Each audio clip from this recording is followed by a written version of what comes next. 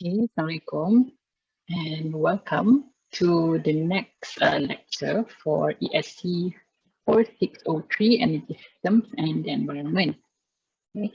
So today's lecture will be about energy resources and technology. And if you guys still remember, during the first week, actually I have shown you the schedule, okay, for all of our topics. So if you have a look at that, the energy resources and technology will be spread into 2 weeks, yeah, because there's a number of things that we will need to look into, okay, that you have to digest as well. So I will try, okay, to prepare this video so that you guys can get like bite-sized portions, so you can, you don't have to watch the whole 1 hour. Instead, I'll make it shorter, okay, so you guys can actually, there's a series of videos that you can watch actually, right? So next slide, we will look at the learning outcomes. So actually for this particular video, we will look at identifying the types of energy resources, technologies and applications. And then we will look a bit on the fossil fuels, yeah, but not yet on the alternative energy. Okay, that will come in the next video, right? So relevant questions to ask before you start. I usually like to do this. If you look at the title, okay, ask yourself, right, what exactly is that title talking about? Okay, because when you ask something, you start thinking about the answer. So in this case, if we look at sources of energy, when I listed out the learning outcomes before, okay, there are a number of things there. So if we think about the sources of energy, what are the major sources of energy? Yeah, I know that you guys, during our the second class, okay, we've looked at the various type of natural resources, okay, and then if you guys still remember, we also look at energy resources. Okay, there are some elements which are similar, okay, but not all. Okay, there is a difference between natural resources and energy resource. Okay, so you have to ask yourself, what are the major sources of energy? Okay, look around you. If you are in your room, look around you and see, okay, what are the sources? Okay. For me, it's easy. I look outside, there's a window, okay, and sunlight is still there. I just see, oh, it's the sun. Okay, the sun is one source of energy. Okay, but there's a lot more. So you have to look around you, okay, and you have to start thinking. Okay? What exactly is the type of energy? Okay, and how does the things around you contribute to that energy? Okay? And then ask yourself, how our usage of energy has changed over time. Okay, if you ask your parents, for example, or you ask your grandparents, maybe they were living in a time when there was no electricity. What was happening then? Where do they get the source for energy? For example, without electricity, then you don't really have lighting, okay, but you will need something else to for illumination at night. You can ask your grandparents about that, or you can always look in Google. There's a lot of information out there. Okay? These things are dynamic, it's changing. Our lifestyle is changing. A lot of things are happening. We have technology, new technology keep on coming in, okay? And come on lah, your iPhone. Who here uses iPhone? I don't use iPhone, but I think now, is it iPhone 13 or 14? I think I lost count already. But every year iteration, and that is only one brand. We have so many other phone brands, mobile phone. Okay. How does they, if you look historically your handphone, how does it look like 10 years ago? It doesn't look like your handphone nowadays. It was bulky, you know. I still remember one where my father used to have, the one with antenna, you know. So it's very, very bulky lah. It's not something like what you have nowadays. Okay? But in terms of energy, it's different. It requires different amount of energy. Okay, but with so many different functions, maybe it requires more. Yeah, maybe it requires less, based on the capacity of the battery. So these are the questions to ask yourself when you talk about sources of energy. Okay, because this is important as well when you start thinking about alternative types of energy. Because nowadays, if you stop and just wonder, when you turn on your computer or you turn on your TV, okay, you turn it on, it turns on, yeah, you power it up. What exactly powers it? Okay, what exactly is the thing that powers it? We use electricity, but where does that electricity come from? Where does that come from? Must come from somewhere. Okay, and that resource, okay, it depends. Is it renewable? Is it non-renewable? Is it fossil fuels? Yeah. What impacts does it have? There's so many questions that you can ask, right? Based on sources of energy. Energy use. Okay, what purpose does the energy is used for? Okay, this is some of the example questions lah. Yeah. And lastly, challenges. What major energy challenges are we facing? You can ask yourself that and try to answer. Try to find out what are the potential answers.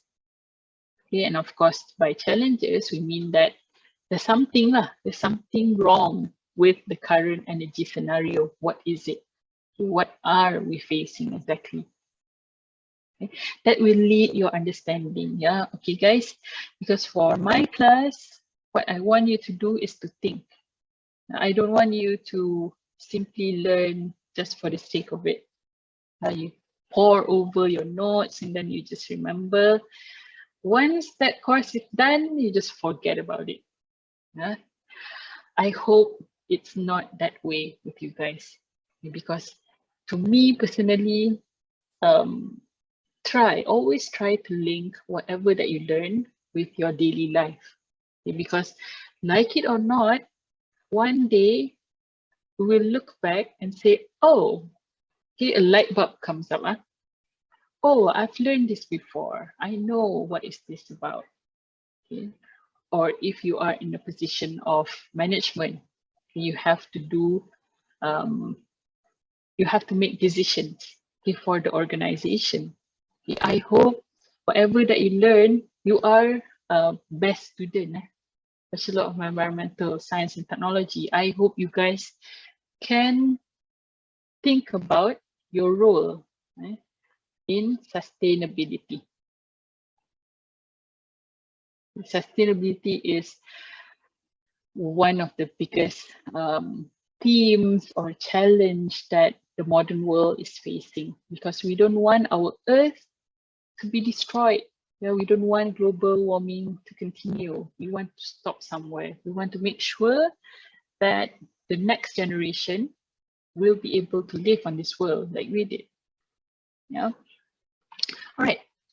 So if you ask yourself just now the sources of energy, okay, what exactly is energy? Energy, remember, this is still a refresher. Energy is the ability to do work. Okay, and it comes in various forms. Okay, it can be potential, it can be kinetic, and usually, if we think about electricity, okay, I think you guys still remember, previously I talked to you about electricity generation. Okay? There's no source where you can directly get electricity from the nature. must come from something. So that conversion from something into electricity, okay, it involves the conversion of the type of energy. It can be from, if you guys remember, we talk about things like steam engine. We talk about, where it is heated up and then there's something connected to motor, the motor turns and then it generates electricity. So that's one way. Okay, there's so many different ways as well. And in this course, yeah, not specifically in this topic, but in this course, we will learn about how exactly that electricity is generated. Okay, so that every time you turn on the switch, okay, you can start thinking, oh, this is what's actually happening at source. Okay, and you are actually reaping the benefits. Okay. Another thing is about the change of state. Yeah, remember entropy? Entropy is always something ordered will become disordered. Okay, it's a value to measure the disorder of a system. Okay? And the change of state will mean that from something ordered, it will always become disordered. And temperature can be perceived as a level of disordered energy, because if you guys still remember what is temperature, temperature, it actually measures, yeah, the layman term is it measures the kinetic energy of the atoms. So you can actually measure that using temperature. So some of the natural energy sources. Yeah, so here is actually the answer to the first question. What are the type of energy? We have many. Just now I talked to you about sunlight, but we also have biomass. Biomass, we have waves of water, we have wind, we have coal, oil and gas, and here is actually, yeah, you have to look that up. Okay, and I will put that as one of the questions, but it's actually simple lah sebenarnya. If you guys search it up, you can always know what that is. Okay, and that is also one form of sources of energy. Yeah. Okay, sorry about that. Now we look at just a very brief introduction to energy consumption. So energy consumption means that how much energy is consumed by people, okay, in terms of electricity, transport, and heating. Okay, this is for the whole world, right? And of course, Malaysia is there, yeah.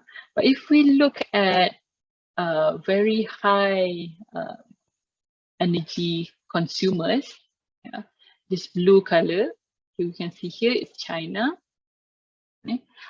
America, okay, what is this? I can't remember. Yeah, anyway. What the point is here is that, okay, these are when we see the distribution of energy consumption. We have a look. So in China, of course, it's because of the population, that's one thing, okay, but also they use a lot of previously fossil fuels because they have a lot of industries, very large industries, so they require a lot more energy compared to other countries. So in Malaysia, Malaysia is like in the moderate amount, but if we see the yellow one, okay, a lot of it here. So what is happening? Okay, this region, okay, Africa, okay, we know that there's a lot of people living there, but why do they consume so much less energy? Is it because they are very efficient energy use, or what? Okay, the answer actually lies with the access, what we call access to energy. Okay, that's also a very big problem. Okay, energy access. Okay, because to us it's easy. Okay, you can find, I mean, in your house you have plugs, yeah, you can just plug in whatever device that you want. Okay, you turn it on, turns on. Because why? Our country, we have a grid. Okay, we have actually, they call it the national grid, and this national grid refers to the electricity provider provided by TNB. Okay, in Semenanjung. Of course, in Sabah Sarawak, there are different companies. Okay, but in Semenanjung, it's TNB. Okay, and the grid provides energy to all. Okay, there are some places where you still cannot get access to energy. Yeah, for example, in very small islands, it's quite hard. But there are alternatives. Okay, however, what's happening in Africa is that they don't really have access to energy.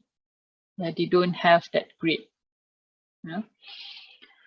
So, which is why, okay, if you have ever searched about Africa, okay, a lot of the energy, what they use is more traditional. Okay, they still use firewoods, okay, to make fire, okay, for cooking, so on and so forth. Yeah, because they do not have access to the energy that we say as electricity. Okay, they don't have access to that. Whereas for the rest of the world, it's almost all. There are some regions where the consumption is less because of the practice in the country. There's also that. A lot of the modern countries, yeah, are trying to develop a high efficiency of energy. Okay, and they show that by having a very low energy consumption for electricity, transport, and heating. Okay, so if we zoom in into Asia, okay, just now we talk about China here, right?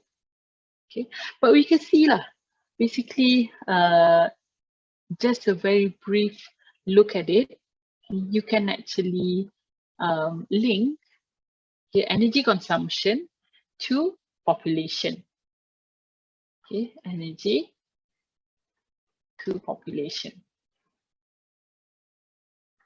Because everyone will have their own energy footprint because we, of course, that is a generalization.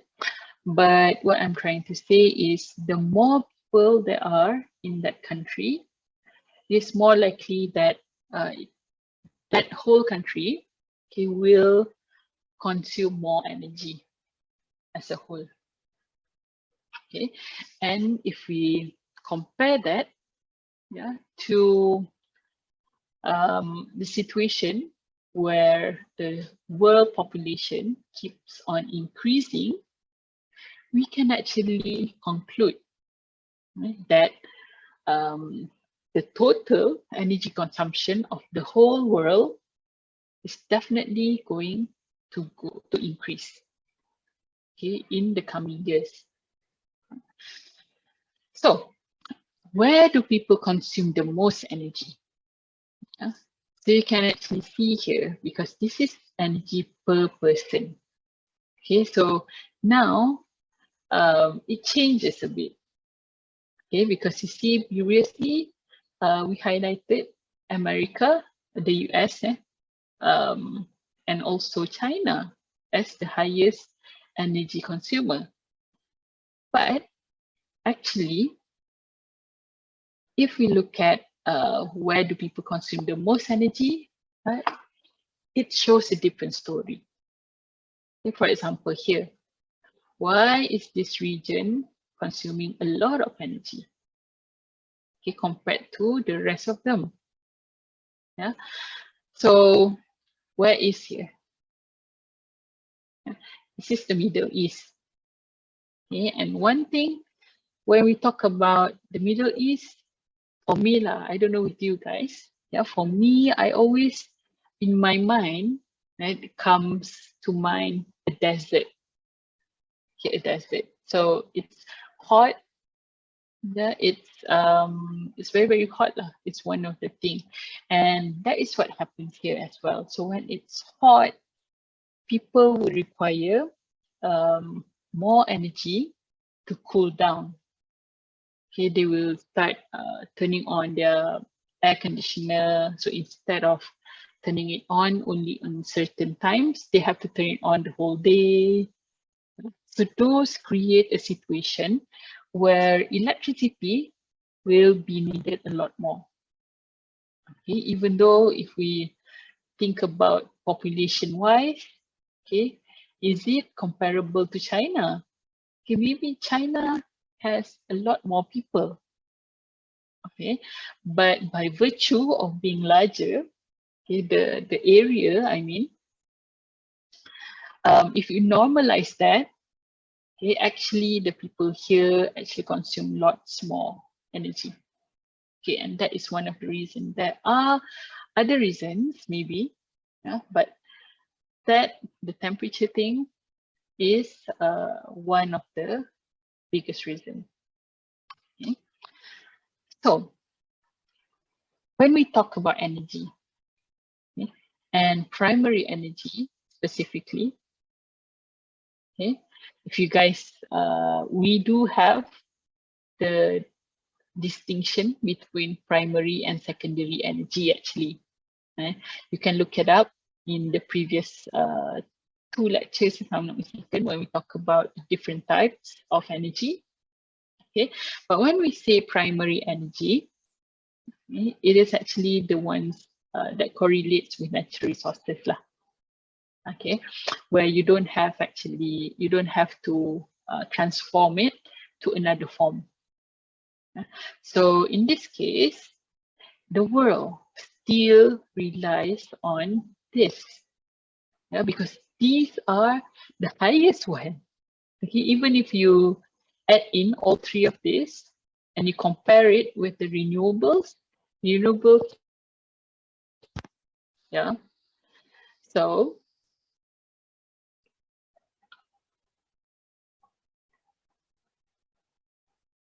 okay,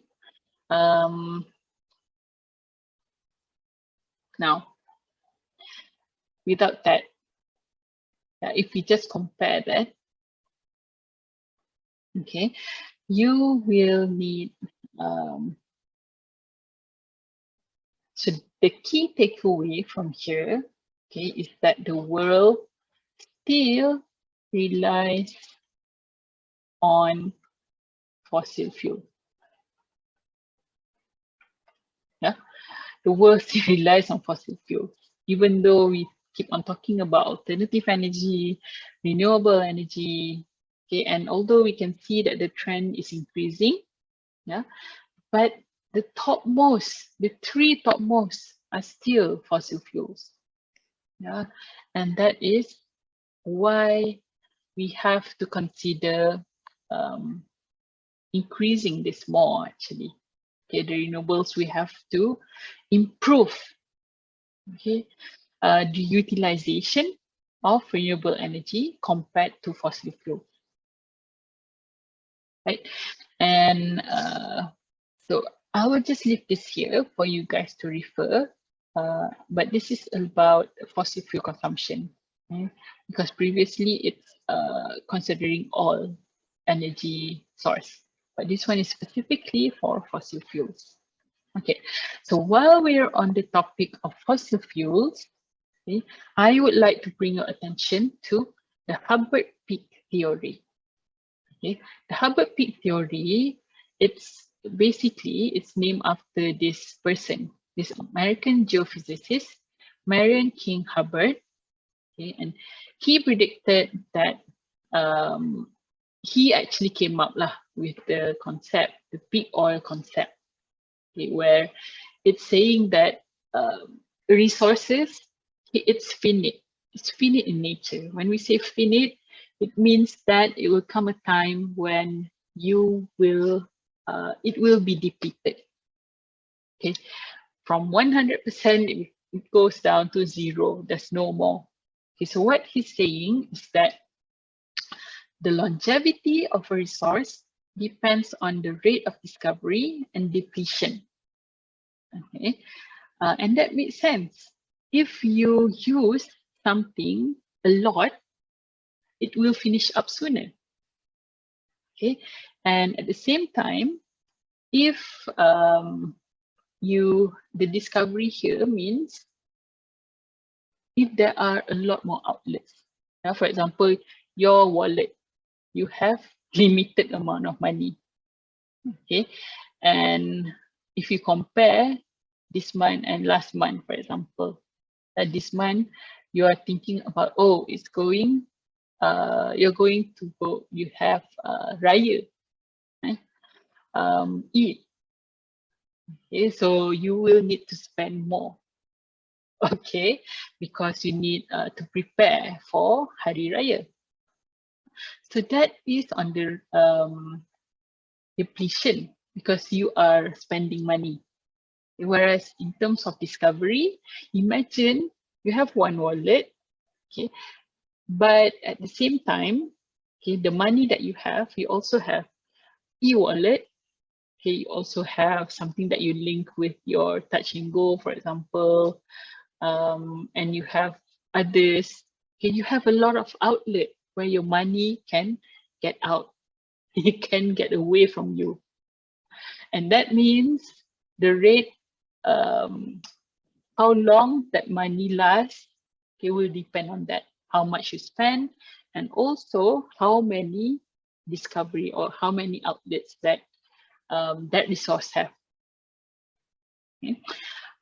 Anyway, that was what is predicted by this Hubbard. Yeah, and if you see the red line there, that's the prediction. Okay, because it's saying that, oh, when it was discovered, okay, and people start digging more and more places for oil, okay, and the rate of discovery is also higher. Okay, so this will increase. That it keeps on. This is talking about barrels per year. So a lot more oil is coming out from the field. And it comes to a time when it sort of slows down, okay, and then started to go down. Yeah, and why this is happening is because the resource is now finite, it's almost finished. So people will need, okay, this field now has 0, so they will need to close down. That field now has 50%, that field have 70%. Okay, so they have to close down the fields that there's no more resource. Okay, with less outlet, remember the wallet analogy just now, the money analogy, with less outlet, the rate of spending will become less. Okay, and also it will come to a time when probably it will reach 0. Okay, that's the theory. However, if we look at the actual rate of production of oil, okay, this is not money, this is oil. Okay, the green line, it actually follows. It actually follows the theory up until around this time. Here, suddenly it goes down and then goes up. So what's happening there? So this is when we have to look at what's happening in real life. Okay, if you look here, US oil production peaked in 1973, so around here.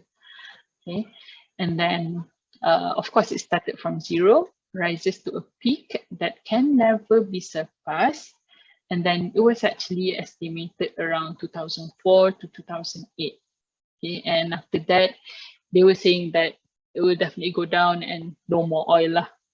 That's why if you have ever heard people saying, okay, fossil fuel will only last for the next 50 years. Okay, some calculations have been made. Okay. However, here what is happening? Suddenly in 2004, 2005, it goes up again. Yeah, the actual one. Okay, and this is actually related to what is happening in real life. There is a war, for example, the demand for oil might increase, okay, or it might decrease, or the supply might decrease, okay, as a response to war. Okay, and once something happens to the price of oil, everything else will also be affected. Because remember, a lot of the world depends on fossil fuels. And that's not only for your electricity, it's also for your transportation. And if you think about it, if you have any types of products, right, how will that product get to you? There will always be logistics. And that logistics, okay, the sending, if you buy things from Shopee, you buy things from Amazon, things that reach to your house will be sent through courier. Okay, and what do they use? They use transportation as well. Okay, so that is the cost, okay, of the use of energy into our daily life. Okay, the price of everything will increase because of this. Yeah.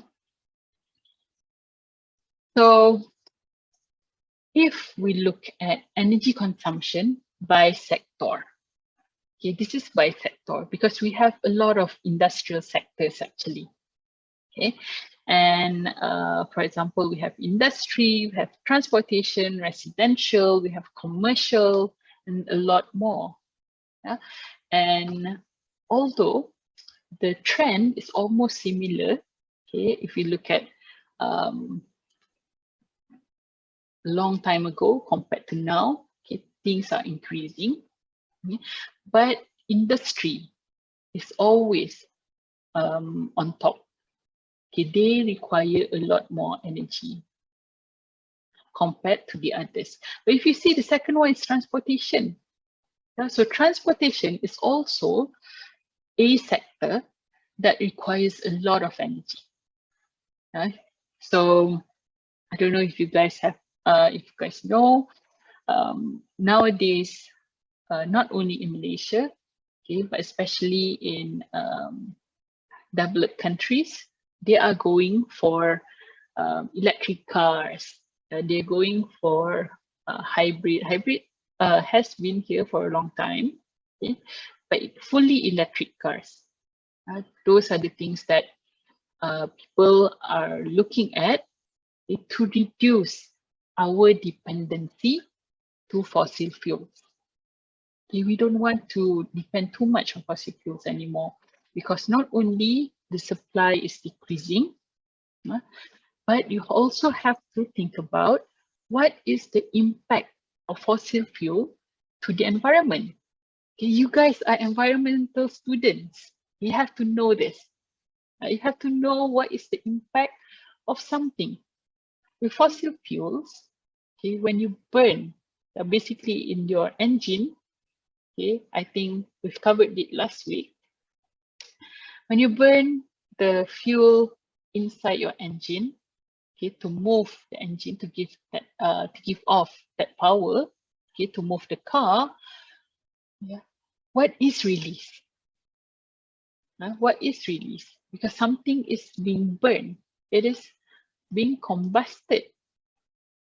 It means that something is released, and a lot of that is CO2.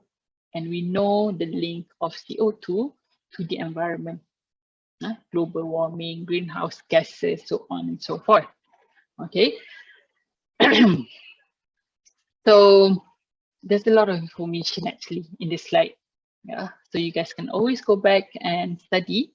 Yeah, but what I was trying to illustrate here is that one of the things is that so anything around you is actually whatever the choice that you make. Yeah, if you want to buy a car, should you go the normal car or should you go for something like a hybrid or an electric car? Okay, you have to consider the impact, the long-term impact to the environment. Okay. Right. So this is actually, I just put this here, okay, just to give you a brief overview, okay, of Malaysia. So if we see here lah, the capacity, okay, if you look at that one, okay, this is actually talking to you about the energy capacity in Malaysia. Okay. The left side is for fossil fuel. Okay, the right side is renewable. And actually, we can see from here, natural gas is 44%, coal is 31%, oil is 4%. Okay, and that means that a majority of Malaysia's energy production still comes from fossil fuels. Now, although we do have hydro, we do have biomass, we have solar PV, and I think I just need to highlight this is 2017, and a lot of changes have happened. Now it's 2022, yeah, but it's still fossil fuel is still the dominant one. Yeah, although we are still trying, right? So challenges of the energy system. We've heard just now about different types of energy sources. What is the link of when we have more people, why do they require more energy? Okay, and if we have more energy, what is the impact to the environment? So we know that already. Okay, so there are three big challenges of energy systems. When we talk about energy systems here, okay, it can mean for electricity or even things like biogas. Those are also energy resource actually. You can actually change that to electricity in the end. Okay. So first is energy security. Okay. And the biggest challenge is to make sure we can provide secure supply of energy. And this is to sustain national growth and energy requirements. Okay. If you think about it, it makes sense. Why? Because imagine that you don't have a reliable energy source. Okay. How will you, as a country, okay, that depends on exporting your products, a lot of services, a lot of different industries, this sustain the country actually. Gives you the economic power. Okay, if you cannot export, how will you get money into the country? Okay, and the quality of this export relies on the processes, on the factories in our country. Do they get enough access to energy? How cheap is it? Where does that energy come from? Okay, is it sustainable? Do they use renewable energy at all? Okay. All of these questions will affect the country in the long run. Okay, even though we're talking about just yourself, what is the impact of you kalau you tak ada electricity, you don't have electricity for one day. Yeah, all of your activities will be disrupted. So if you go higher than that, your family, towards your residential area, and then towards your district, towards your negeri lah, and then lastly towards the country, there's a lot of different layers, of course, Okay? But that impact in the long run will affect the nation. Okay. Now, in terms of energy demand, okay, the challenge would be to generate more efficient devices. Okay, and these include devices for transportation, for the industry processes, and also appliances. Okay. And maybe we need to have new technologies lah. Invention, things like innovation. So these new technologies will enable multiple use for an energy resource. Okay. And lastly, towards the environment, we have to think about how to provide an environmentally safe sources of energy. Okay. And when we go towards the energy transition, okay, does it have any impact at all to the environment? If you have, if you are in the oil palm industry, okay, peladang kelapa sawit, of course, the oil, okay, or the fruit, okay, is something that you will sell. Okay. However, you take only the fruit. What happens to the rest of the tree? Okay, what happens to the fronds? What happens to the EFBs? So those are the waste from the palm industry. Okay, but actually, if we think about renewable energy, you can actually produce more energy from that and just utilizing the waste. And this approach will enable that industry, okay, to improve their sustainability. They can improve actually their energy footprint, their carbon footprint. All of this will be impacted. So if there is a way for us to integrate different technology, different, using the waste of something to become another resource for another thing. That is the very essence of circular economy. Yep. So, which is why you heard a lot about circular economy. Here and there, people are talking about this.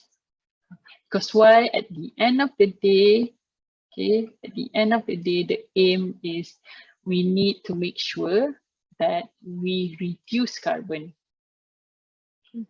And a lot of things around you are made of carbon. And some of it will release CO2 into the atmosphere. So there must be a way for us to try to prevent this from happening. Okay, so I think I will stop here for this video. Okay, and I'll see you in the next video. Right? Okay, thank you. Bye.